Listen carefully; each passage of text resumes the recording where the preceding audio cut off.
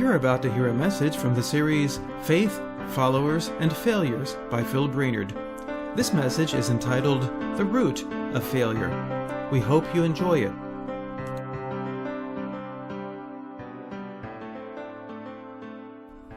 At one point in my life, I had an activity that was one of my favorites: apple picking. Perhaps some of you have done it. You drive to an apple orchard that specializes in public access. You walk up to a tree, you start to pick apples. It's a great time. On many days there's sunshine, fresh air, and nature at its best. A lot of families do it. I would often see whole families bring little wagons to carry all the apples they picked. Now, you may have noticed that I mentioned this in the past tense. This was, at one time, one of my favorite activities. What changed?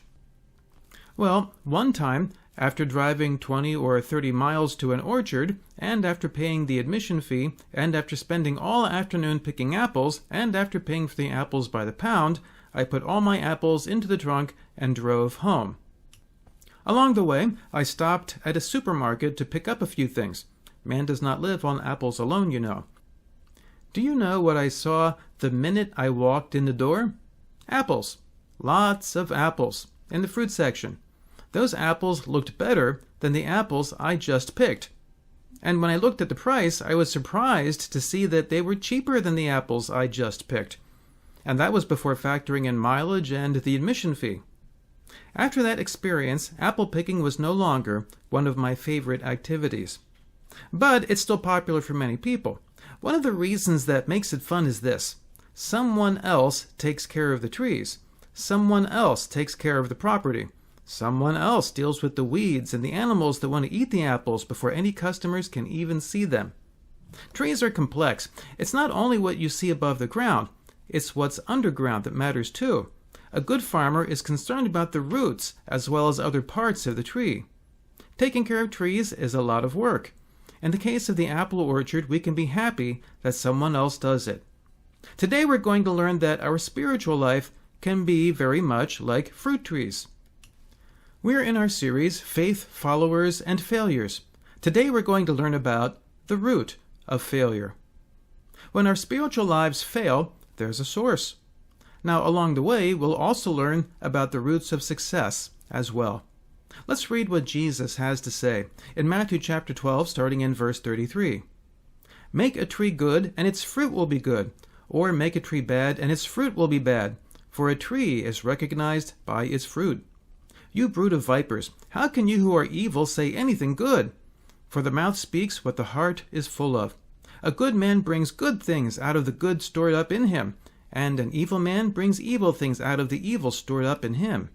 But I tell you that everyone will have to give account on the day of judgment for every empty word they have spoken. For by your words you'll be acquitted, and by your words you will be condemned. Our discussion today will have two parts. First, what is the problem? And next, what do we do about it? So let's start with the problem.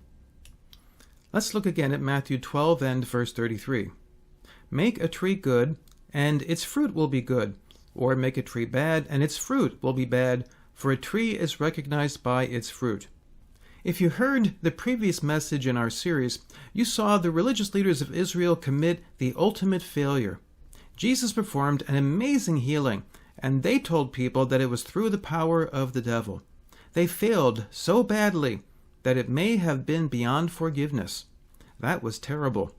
In that session, we saw Jesus respond by warning them harshly about the gravity of their error.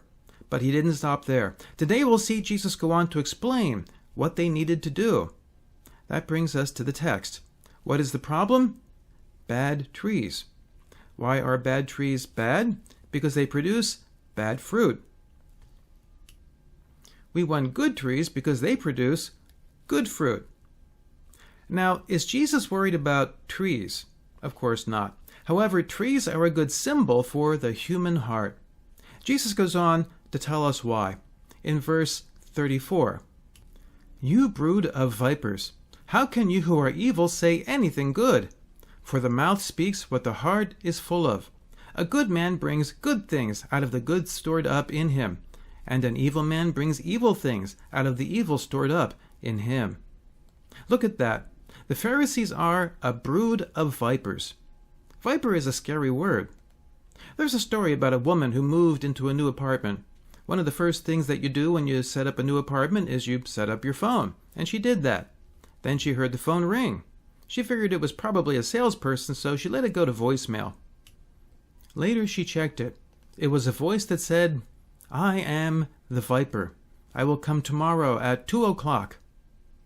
She says to herself, "My goodness, I've only had the phone working a couple of hours and I'm already getting crank calls." It was a little unsettling. The next morning she went out to run some errands. When she got home, she checked her voicemail. The same voice was there again. It said, "This is the Viper. I'm calling to remind you that I'm coming at 2. This was more unsettling. Worse yet, she looked at her watch, and it was just a couple of minutes before 2. She thinks to herself, what should I do? Should I call the police? Just then she hears a knock at the door. Knock, knock, knock. She runs over and locks all the locks and puts the chain on the door. And she calls out, "Who's there?" She looked through the little peephole in the door. There she saw a man in overalls holding a bucket. He said, "Hello, I am the Viper. I've come to vipe your windows." Okay, when we think of vipers, we don't normally think of bad jokes. We think of this, a dangerous kind of snake. Vipers are one of the most poisonous snakes out there. They were all over the place in the days of Jesus. Here's how people thought of them. The Apostle Paul wound up once on the Isle of Malta after a shipwreck. Here's how the story goes. It's in Acts chapter 28, starting in verse 2. The islanders showed us unusual kindness. They built a fire and welcomed us all because it was raining and cold. Paul gathered a pile of brushwood, and as he put it on the fire, a viper, driven out by the heat, fastened itself on his hand. So here's Paul. He just made it through a shipwreck. It's a miracle he's alive. Instead of sitting around, he decides to be helpful by gathering wood for the fire. And all of a sudden, he's got the most poisonous snake known attached to his hand. It was hanging on by its teeth. Let's read on. When the islanders saw the snake hanging from his hand, they said to each other, "This man must be a murderer, for though he escaped from the sea, the goddess Justice has not allowed him to live."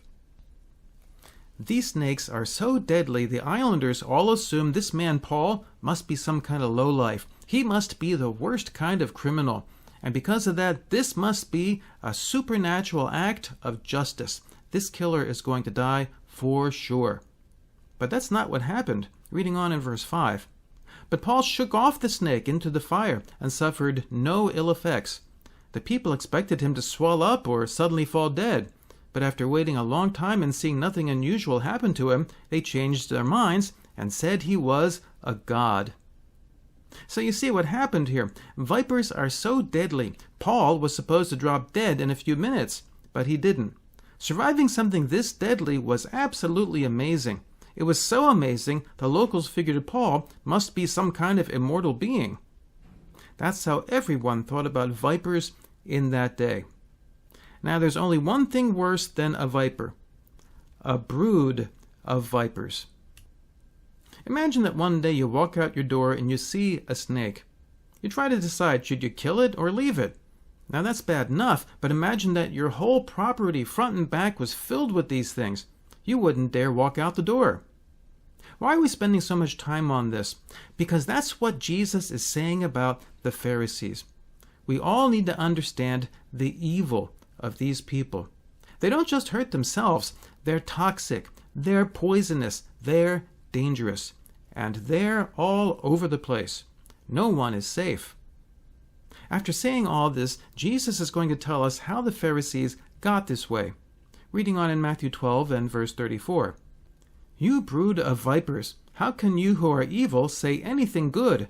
For the mouth speaks what the heart is full of." That's the answer. It's all a matter of the heart. The heart is where spiritual failure starts. Make a note of that, because the heart is where we'll find the solution in just a little bit. In Matthew 12 and verse 35.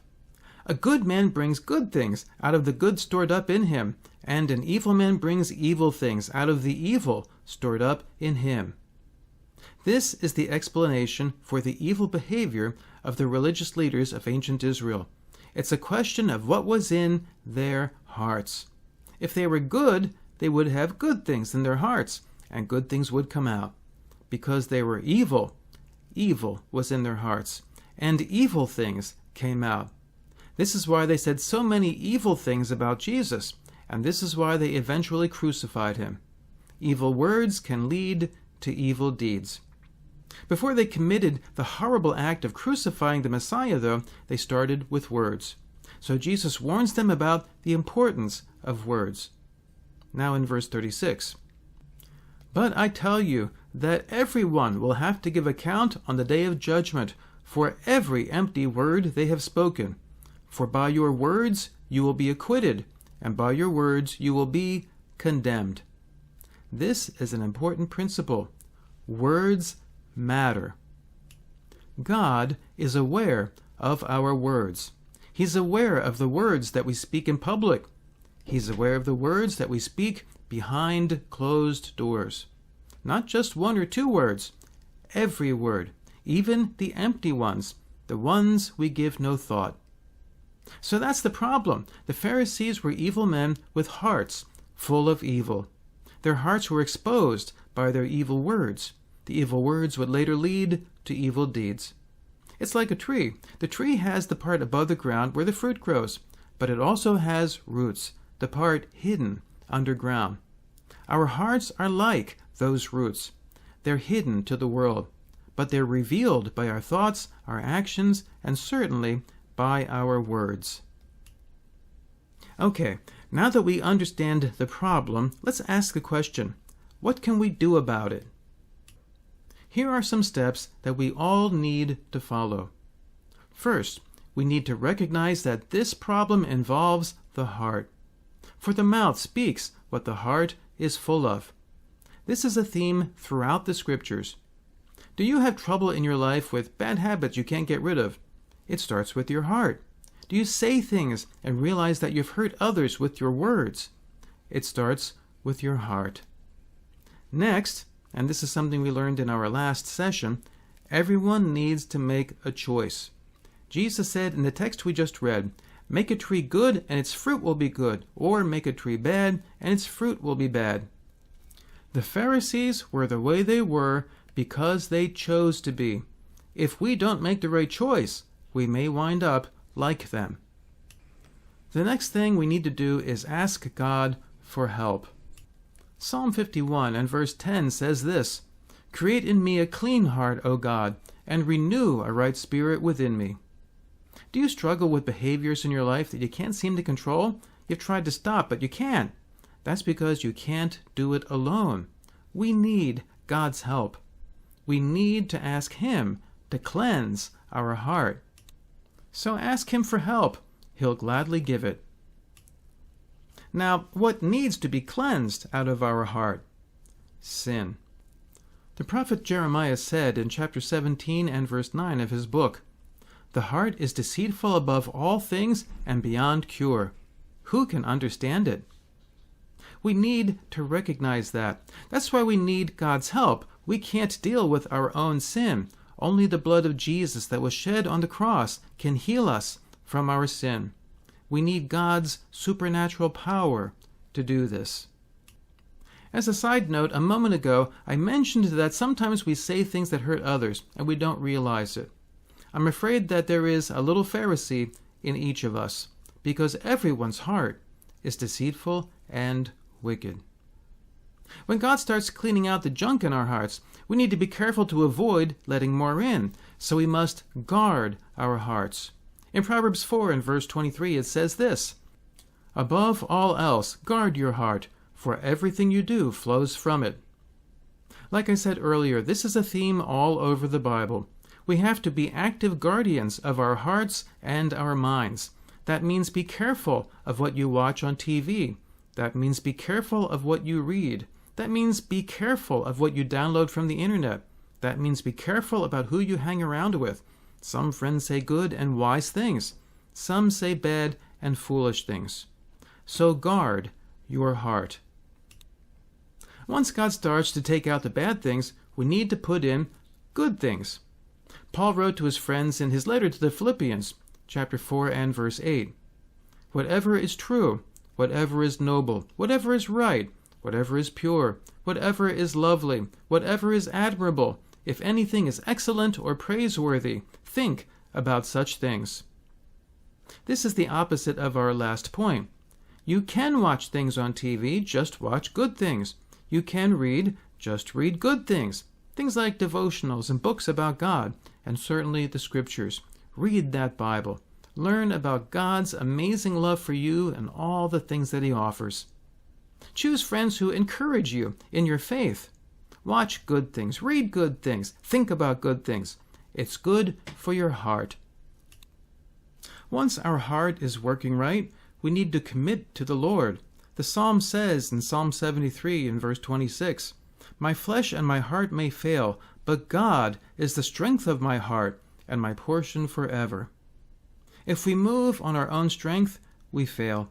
If we allow God to strengthen our hearts, we will succeed. Also in Proverbs chapter 3 and verse 5, "Trust in the Lord with all your heart, and lean not on your own understanding. In all your ways submit to Him, and He will make your paths straight." Let's pull this all together. Today we've learned that we have something in common with trees. The tree has parts that everyone sees. It also has roots, the things no one sees. We have parts that everyone sees, and we have a part that's hidden, our hearts. Jesus tells us to take good care of our hearts. The heart can be the root of spiritual failure, or it can be the root of success. If our hearts are full of good things will come out. If our hearts are full of bad things, then like the Pharisees, bad things will come out. So ask God to help you with your heart. Confess your sins to Him and seek His cleansing. Commit yourself to Him. Trust Him. The apple orchard is full of fruit because someone takes care of it. Ask God to make you part of His orchard. He loves you. There is no one better to take care of your heart.